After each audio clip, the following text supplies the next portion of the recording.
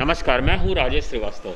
जैसा कि आप सब जानते हैं कि कोरोना काल महामारी का दौर है, एपिडेमिक चल रही है और सरकार और केंद्र सरकार दोनों ने इसको महामारी घोषित कर रखा है। कोरोना महामारी को लेकर के तमाम सारे चिकित्सकों से हमने आपकी बातचीत कराई, देश के जाने माने चिकित्सकों से आपकी बातचीत कराई, होम्योपैथ एलोपैथ दोनों विधाओं के डॉक्टरों से आपकी मुलाकात कराई गई और हम लोगों ने जाना कि तमाम तरह की बीमारियों से कैसे निजात पाई जा सकती है जो कोविड महामारी के दौरान बढ़ रही हैं। कोविड महामारी के दौरान एक रिपोर्ट आई है जिसमें कहा गया है कि कोविड महामारी से जो मरीज ग्रसित हो रहे हैं या जो होम आइसोलेशन में हैं उनमें 45% मरीज जो है डिप्रेशन के शिकार हो जा रहे हैं। यानी कि ऐसे मरीजों की संख्या बढ़ रही है जो मनोरोगी हो रहे हैं, वो चाहे वो इलाज करा चुके हों तो भी और जो होम आइसोलेशन में है तो भी, क्योंकि इस महामारी के दौरान सबने अपनों को खोया है और सब किसी न किसी तरह से किसी न किसी अवसाद से ग्रसित हैं। कभी चाहे वो अपनी बीमारी को लेकर के हों, चाहे वो अपने किसी प्रियजन की मौत को लेकर के दुखी हों। इन्हीं सब बातों को लेकर के आज हम केजीएमयू के जाने माने चिकित्सक मनोचिकित्सक डॉक्टर आदर्श त्रिपाठी के पास आए हुए हैं। वो केजीएमयू में असिस्टेंट प्रोफेसर हैं और चिकित्सा को लेकर के उन्होंने तमाम सारे काम किए हैं और इसी सब बातों को लेकर के आज हम उसे सीधे समझेंगे, जानेंगे कि आखिर कैसे पहचानें कि कौन डिप्रेशन का शिकार हो रहा है, किस तरह की चीज़ों का एहतियात बरतना चाहिए और जो मरीजों की संख्या मनोरोगियों की बढ़ रही है आखिर उससे कैसे समाज को निजात दिलाई जा सकती है। डॉक्टर साहब नमस्कार। डॉक्टर साहब ये बताइए कि जो कोविड महामारी चल रही है इसके दौरान जो मनोचिकित्सक बढ़ रहे हैं, आपकी जानकारी के मुताबिक कितनी संख्या है मनोचिकित्सकों की? और आप तो यहाँ रोज़ देखते होंगे हज़ारों मरीज आते हैं, तो किस तरह के मरीज आ रहे हैं? जी, तो ये बात बिल्कुल सही है कि इस पेंडेमिक के दौरान मानसिक रोगों की समस्या काफ़ी बढ़ रही है और इसलिए हम लोग बहुत बार इस पेंडेमिक को पैनिक डेमिक भी कहते हैं। पैनिक डेमिक का मतलब है एक तो लोग पेंडेमिक ऑब्वियसली की शारीरिक बीमारियों से ग्रसित हो रहे हैं, लेकिन बहुत सारे लोग इस समय भय, एंग्जाइटी, डिप्रेशन, तनाव, अनिद्रा इस तरह की परिस्थितियों के शिकार हो रहे हैं। अब देखिए ये बात मैं बताना चाहता हूँ आपको कि जब भी मानव समाज पर कोई आपदा आती है, बड़ी आपदा आती है, तो उसके मानसिक स्वास्थ्य पर असर ज़रूर पड़ते हैं। इससे पहले भी जो भी पेंडेमिक्स हुई हैं, जैसे जो सार्स की पेंडेमिक थी, मार्स की पेंडेमिक थी, इबोला की पेंडेमिक थी, या जब HIV शुरुआत में काफ़ी लोगों को इन्फ्लुएंस कर रही थी, तो जो फिज़िकल इम्पैक्ट होते हैं किसी भी डिसऑर्डर के, वो अपने साथ साथ साइकोलॉजिकल इम्पैक्ट भी छोड़ते हैं। फिज़िकल इम्पैक्ट इमीडिएटली होते हैं, शारीरिक बीमारियां तुरंत व्यक्ति को प्रभावित करती हैं, लेकिन मानसिक परिस्थितियां धीरे धीरे पैदा होती हैं और लंबे समय तक व्यक्ति के जीवन पर और व्यक्ति के सोच और उसके सामाजिक क्रियाकलाप पर फ़र्क डालती हैं। कोविड के समय मानसिक समस्याओं का अनुभव बहुत सारे लोग कर रहे हैं और हम जानते हैं कि बहुत सारे लोग इस तरह की समस्याएं कि तनाव महसूस करना, घबराहट महसूस करना, नींद की दिक्कत महसूस करना, शरीर में ऐसे सिम्टम जैसे सर दर्द रहना, थकान रहना, ऊर्जा की कमी महसूस करना, इस तरह के बहुत सारे लक्षण अलग अलग तरह के लोग स्वीकार कर रहे हैं। और व्यक्ति की बीमारी की सीवियरिटी, उसकी उम्र, उसके जीवन की अन्य तरह की कई परिस्थितियों पर यह निर्भर करता है कि उसको कितनी मानसिक समस्याएं होंगी। ये रेशियो 20% से लेकर 60% तक वेरी कर सकता है। डॉक्टर साहब ये डिप्रेशन का जो मरीज होता है उसके साथ समस्या होती है कि लोग नहीं जान पाते, ना वो खुद जान पाता है ना उसके परिजन जान पाते हैं कि वो अवसाद में जा रहा है। तो प्रारंभिक लक्षण किस तरह के देखते हैं कि परिजन पहचान सकें कि हाँ फला मरीज या उनके घर का सदस्य जो है वो अवसाद में जा रहा है? जी, तो देखिए मानसिक समस्या के प्रारंभिक लक्षणों को पहचानना बहुत आसान है। एक बात यह है देखिए कि अंतर समझना होता है गंभीरता में।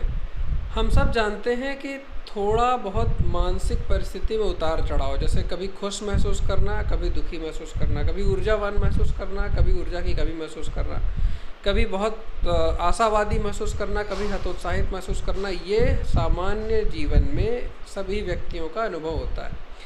लेकिन अगर कोई नकारात्मक भावना और नकारात्मक विचार लंबे समय तक किसी व्यक्ति पर हावी बनी रहे, लंबे समय का मतलब अमूमन डॉक्टर्स 10 से 15 दिन लेते हैं। अमूमन हम लोग कहते हैं अगर 2 हफ्ते तक लगातार कोई व्यक्ति निरंतर दुखी बना रह रहा है, उदास रह रहा है, निराश रह रहा है, उसे जीवन में किसी अन्य चीज़ में रुचि नहीं आ रही है, उत्तेजना और खुशी का एहसास नहीं हो रहा है, और साथ में अक्सर ऐसी परिस्थिति में लोगों की नींद और भूख पर भी असर पड़ने लग जाता है।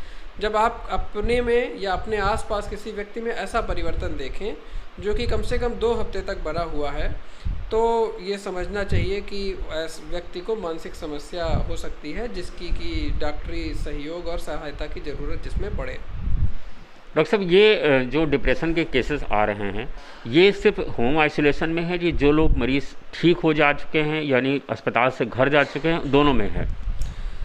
देखिए, मानसिक समस्याएं अलग अलग तरह से अलग अलग लोगों को प्रभावित करती हैं, और जैसा आपने कहा कि मानसिक समस्याएं उन लोगों को भी प्रभावित कर रही हैं जो होम आइसोलेशन में हैं, उन लोगों को भी प्रभावित कर रही हैं जो हॉस्पिटल में भर्ती हुए ठीक हो गए अपनी शारीरिक समस्या को लेकर, लेकिन घर पहुंच गए वो फिर से चिंतित हैं और कई बार भयभीत हैं कि हॉस्पिटल का जो माहौल था, जो परिस्थितियाँ थी, कहीं फिर से उन्हें इस समस्या से ग्रसित ना होना पड़े, या उनके कोई परिवार का सदस्य या उनका कोई मित्र इस तरह की समस्या से ना ग्रसित हो जाए। साथ में इवन ऐसे परिवारों में जो साथ में लोग रह रहे हैं, बच्चे हैं, पड़ोसी हैं, वो भी इस तरह की समस्याओं से ग्रसित हो सकते हैं। हालांकि मैं आपको यहाँ पर एक बात ज़रूर यहाँ पर दोहराना चाहूँगा कि देखिए, परिस्थिति कितनी भी मुश्किल हो, कितनी भी चैलेंजिंग हो, सारे लोग एक तरीके से तनाव से फ़र्क नहीं पड़ता। कुछ लोग आप देखेंगे कितना भी तनाव हो, कितनी भी मुश्किल हो, कितनी भी समस्याएं हो, लेकिन उनकी मानसिक स्थिति पर ज़्यादा फ़र्क नहीं पड़ता है। इसके बहुत सारे कारण हो सकते हैं, और जेनेटिक्स जो है इसमें एक बहुत इंपॉर्टेंट रोल निभाती है कि जो हमारा इंटरनल जेनेटिक स्ट्रक्चर है किसी व्यक्ति का। कुछ लोग स्वभावतः अपने जेनेटिक स्ट्रक्चर की वजह से ज़्यादा सेंसिटिव या संवेदनशील होते हैं। वो संवेदनशीलता उन्हें जीवन के अलग अलग पहलुओं में बहुत मदद भी करती है, लेकिन जब हम किसी मुश्किल परिस्थिति में हो, बहुत चैलेंजिंग सिचुएशन से गुजर रहे हो और कई तरह की नकारात्मक परिस्थितियाँ हमारे आसपास हो, तो ये संवेदनशीलता कई बार हमें ज़्यादा समस्याएं अनुभव करने और ज़्यादा समस्याएं हमारे ऊपर असर डालें, इसके लिए हमको सेंसिटिव बना सकती है। डॉक्टर साहब, किस तरह का एहतियात बरतना चाहिए कि जो है मरीज़ जो है, चूँकि कोविड महामारी ऐसी है कि अगर होम आइसोलेशन में मरीज़ है तो वो अकेले यानी कि एक जगह पर चला जाता है, एकांत में रहता है, उसके आसपास उसके घर के सदस्य भी नहीं हो पाते हैं, क्योंकि होम आइसोलेशन में है यानी कोविड पे है तो उसके घर के और सदस्य दूरी बना लेते हैं। तो ये 14-15 दिन का जो समय होता है, ये बेहद मरीज़ जो है नितांत अकेले में रहता है। तो ऐसी स्थिति में आखिर मरीज़ को कैसे टैकल करना चाहिए? जी, बिल्कुल आपने सही कहा कि एकाकीपन या एकांत जो है अक्सर बहुत सारे लोगों के लिए एक मुश्किल समय होता है, और इस समय कोविड का समय है, पूरा समाज हमारा टेलीविज़न, मीडिया, न्यूज़पेपर, हमारे व्हाट्सएप, फेसबुक, ज़्यादातर वो नकारात्मक, नेगेटिव और डर भय वाली खबरों से भरे हुए हैं। ऐसी परिस्थिति में तनाव हावी हो जाना बहुत ही कॉमन अनुभव हो रहा है बहुत सारे लोगों के लिए। उनके लिए देखिए, राय ये है कि कुछ बेसिक स्टेप्स को अगर जीवन में फॉलो करते रहें तो तनाव और स्ट्रेस आपके ऊपर ना हावी हो, इसकी संभावना बहुत बेहतर हो जाती है। पहली बात तो कि जो रूटीन है, देखिए रूटीन अगर कोई इंसान अपना एक ठीक ढंग से बनाए रखता है तो उसकी शरीर भी हेल्दी रहता है, और उस हेल्दी शरीर का मानसिक स्वास्थ्य पर भी असर पड़ता है। इसका मतलब ये है कि आप सही समय पर खाना खाएं, भले ही आपको भूख लगे या इच्छा हो रही हो ना हो रही हो। पर्याप्त नींद मानसिक स्वास्थ्य का सबसे बड़ा संबल है। व्यक्ति को 7 से 9 घंटे अपनी ज़रूरत के हिसाब से, कुछ लोगों को 6.5-7 घंटे की नींद की आवश्यकता होती है, कुछ लोगों को 8 से 9 घंटे की नींद की आवश्यकता होती है। जितनी आपकी बायोलॉजिकल नीड है नींद की, उतनी नींद हर व्यक्ति को ज़रूर लेनी चाहिए। तीसरी बात है फिज़िकल एक्टिविटी। अगर आप अपने शरीर को active, alert, physically mobile, agile बनाए रखते हैं, एक्सरसाइज करते हैं, तो ये आपके शरीर को भी स्वस्थ बनाए रखने में बहुत मदद करती है और आपके मानसिक स्वास्थ्य पर भी एक बहुत गहरा असर छोड़ती है।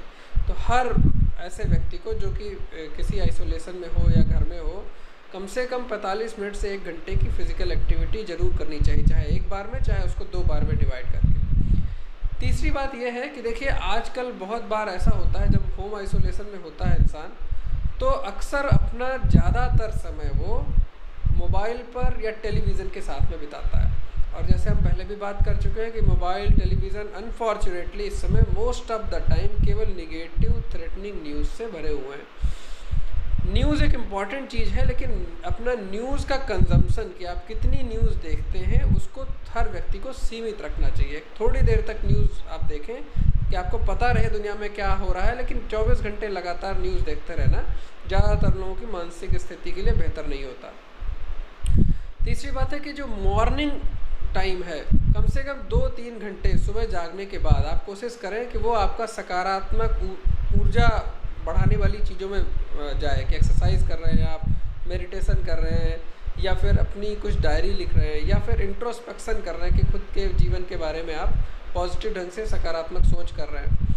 तो ये जो मॉर्निंग रूटीन होता है, ये किसी भी इंसान के दिन कैसा उसका बीतेगा उस पर काफ़ी फ़र्क डाल सकता है। और एक बात ये है कि आप खुद से कोशिश करें कि दूसरे लोगों को ज़्यादातर रिलायबल, पॉजिटिव और सकारात्मक न्यूज़ बताने या शेयर करने की ही कोशिश करें। इस बात को वैज्ञानिक और साइकोलॉजिस्ट देखते हैं कि जो खबर आप दूसरों तक पहुंचाते हैं वो सबसे पहले आप पर असर डालती है। तो अगर आप किसी न्यूज़ के प्रति श्योर नहीं हैं, कंफर्म नहीं है, अब आपको पता नहीं कि वो न्यूज़ सही है कि नहीं है, या फिर बहुत सारी सोशल मीडिया में आप जानते हैं कि आजकल फेक न्यूज़ कंटिन्यू कर रही होती है, जब तक आप किसी बात में श्योर नहीं है तब तक वो न्यूज़ आगे स्प्रेड ना करिए। कम से कम आप इस बात के लिए कोशिश करिए कि आप एक रिलायबल, यूज़फुल और पॉजिटिव न्यूज़ के संचालक बने। वो सबसे पहले आपको और आपके फैमिली को बेनिफिट करने वाला है। तो अगर आप इस तरह की परिस्थितियों को रखेंगे और नकारात्मक चीज़ों को अपने ऊपर ज़्यादा हावी नहीं होने देंगे, उसका तरीका यही है जो मैंने बताया। और कुछ हॉबीज़ को आप स्टार्ट कर सकते हैं, जैसे डायरी लिखना, पौधों पर ध्यान देना, अगर आपके पास कोई पेट है तो उसका ख्याल रखना, पेंटिंग, म्यूज़िक, इस तरह की जो भी हर इंसान में कुछ न कुछ ऐसी हॉबीज़ होती हैं जिसको कि अगर वो समय और सार्थक मानसिक अवस्था में हो तो उसको एक्टिवेट कर सकता है। ये सारे तौर तरीके हमारे मानसिक स्वास्थ्य को बेहतर रखने के लिए बहुत ही कारगर है। इसमें से ज़्यादातर चीज़ें मुझे पता है आप लोगों को, all of you know this, लेकिन इन चीज़ों को नियमित रूप से अपने जीवन में यूज़ करना और नियमित रूप से अपने जीवन में उतारना, यही सबसे महत्वपूर्ण बात है। और इससे निश्चित रूप से ज़्यादातर लोगों को बहुत मदद मिलती है। डॉक्टर साहब, ये सवाल एक ये है कि आपने सारी चीज़ें बताई कि कैसे बचा जा सकता है, किस तरह के उपाय किए जा सकते हैं। एक चीज़ ये बताइए कि कब जो है जो मरीज़ डिप्रेशन में है, कब उसको डॉक्टर के पास मूव करना चाहिए? जी, देखिए, जैसे हमने बताया कि अगर किसी व्यक्ति की निराशा, उदासी, हताशा लगातार बनी हुई है, वो 2 हफ्ते से ज़्यादा बनी हुई है, और साथ में वो उसके जीवन के इन पहलुओं, जैसे कि नींद में समस्या कर रही है कि लगातार व्यक्ति सो नहीं पा रहा है, भूख में समस्या कर रही है कि इंसान खा नहीं पा रहा है, या उसको फिज़िकल सिम्टम इतने ज़्यादा हैं कि जैसे दर्द है, थकान है, ऊर्जा की कमी इतनी ज़्यादा है कि वो चाह कर भी कुछ काम नहीं कर पा रहा है, या फिर एक्सरसाइज नहीं कर पा रहा है, फिज़िकली एक्टिव नहीं हो पा रहा है। तो अगर इस तरह की परिस्थितियाँ परसिस्ट कर रही हैं और बाकी और तौर तरीके जो भी हम लोग डिस्कस कर रहे हैं उन चीज़ों में इंगेज नहीं हो पा रहा है अपनी इच्छा शक्ति के बावजूद, तो ऐसी परिस्थिति में बेहतर है कि व्यक्ति किसी से सलाह ले ले और देखे कि इस पोजीशन को सॉल्व करने के लिए और क्या क्या मेडिकल सॉल्यूशन अवेलेबल हो सकते हैं।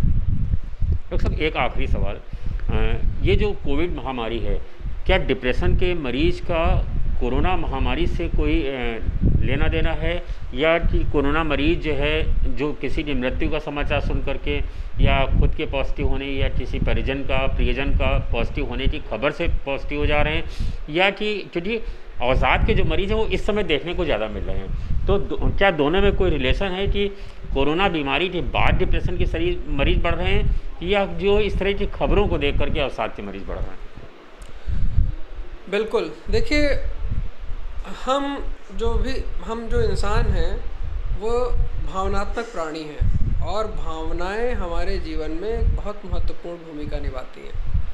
हमारे जो भी आसपास हो रहा होता है वो हमारी भावनाओं पर असर डालता है। अलग अलग लोगों की संवेदनशीलता अलग होती है। तो आप और उसका ज़्यादा से ज़्यादा संबंध व्यक्ति कैसे इंटरनली बायोलॉजिकली, जैसे उसके जीन, उसका सेलुलर स्ट्रक्चर, उसका ब्रेन की संरचना, उसके ब्रेन के कार्य करने का तरीका उन पर निर्भर करता है।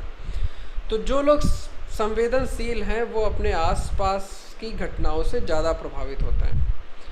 अब ये घटनाओं की सीवेरिटी पर डिपेंड होता है कि कितने % लोग प्रभावित हो रहे हैं। घटनाएं अगर समाज में परिस्थितियां मुश्किल होती चली जाती हैं, ज़्यादा चैलेंजेस होते हैं, जैसे कोरोना में इस समय केवल लोग बीमारियों और शारीरिक समस्याओं से ही नहीं जूझ रहे हैं, वो बिजनेस के न चलने से भी जूझ रहे हैं, वो बच्चों की पढ़ाई सही से नहीं हो पा रही, कैरियर नहीं अपेक्षित रूप से आगे बढ़ रहा है, जिनकी शादियां होनी थी उनकी शादियां नहीं हो पा रही, या बच्चों की शादियों का समय जो है निकल रहा है और चीज़ें आगे पॉजिटिव रूप से आगे नहीं बढ़ पा रही।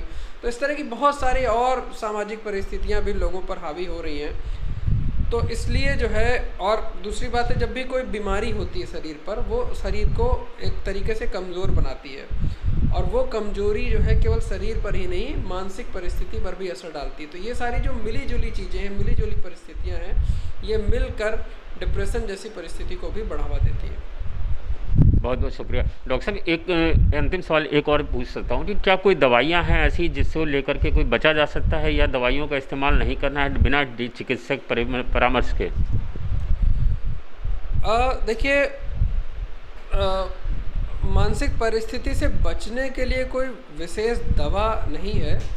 पौष्टिक आहार अगर आप लेते हैं, खाना पौष्टिक खाते हैं, हरी पत्तेदार सब्जियां, फल, ड्राई फ्रूट्स, इस तरह की चीज़ें लेते हैं, और जो प्रोसेस्ड फूड है, पिज़्ज़ा, बर्गर, कोल्ड ड्रिंक, नशे की चीज़ें, इन चीज़ों से दूर रहते हैं, तो आप शरीर के साथ साथ मानसिक परेशानियों के खतरे को भी कम कर सकते हैं। लेकिन मानसिक स्थिति बीमारियों से बचने के लिए पर से कोई दवा नहीं है। अगर दवाई की ज़रूरत बीमारी की गंभीरता के आधार पर है, तो वो कोई डॉक्टर आपकी परिस्थिति का निर्धारण करता है। आपकी उम्र, आपके शरीर की परिस्थिति, आपकी फैमिली हिस्ट्री, आपके वज़न, आपके हार्ट, किडनी, लिवर, इन सब चीज़ों की परिस्थिति को सोचते समझते हुए दवाई की मात्रा और कौन सी दवाई इस्तेमाल करनी है वो निर्धारित करी जाती है। तो इसके लिए बेहतर है कि व्यक्ति जिसको अगर परेशानी हो रही है वो किसी डॉक्टर से सलाह ले, और उसके आधार पर ही इलाज शुरू करना सही रहता है। बहुत बहुत शुक्रिया डॉक्टर साहब। ये थे डॉक्टर त्रिपाठी, जिन्होंने बहुत सारी चीज़ों को बताया कि आप किस तरह के प्रिवेंशन ले सकते हैं, यानी किस तरह के उपाय करें तो आपको मानसिक अवसाद नहीं होगा। उनसे बचने के लिए किस तरह का खान पान करें, तमाम निगेटिविटी से बचने की कोशिश करें। डॉक्टर साहब की बात का सबसे मूल बात यही थी कि न्यूज़ टीवी में लगातार ना डूबें, अखबारों में बहुत ज़्यादा ना देखें, मोबाइल से भी थोड़ा बच के रहें, ऐसी चीज़ों को देखें जो पॉजिटिविटी फैला रही हों। निगेटिविटी से जितना बचेंगे उतना ही आप अवसाद से बचेंगे, क्योंकि अवसाद एक बार घर कर लेता है तो उससे बचना थोड़ा मुश्किल होता है। इसीलिए अवसाद से बचने की कोशिश करिए। धन्यवाद, शुक्रिया।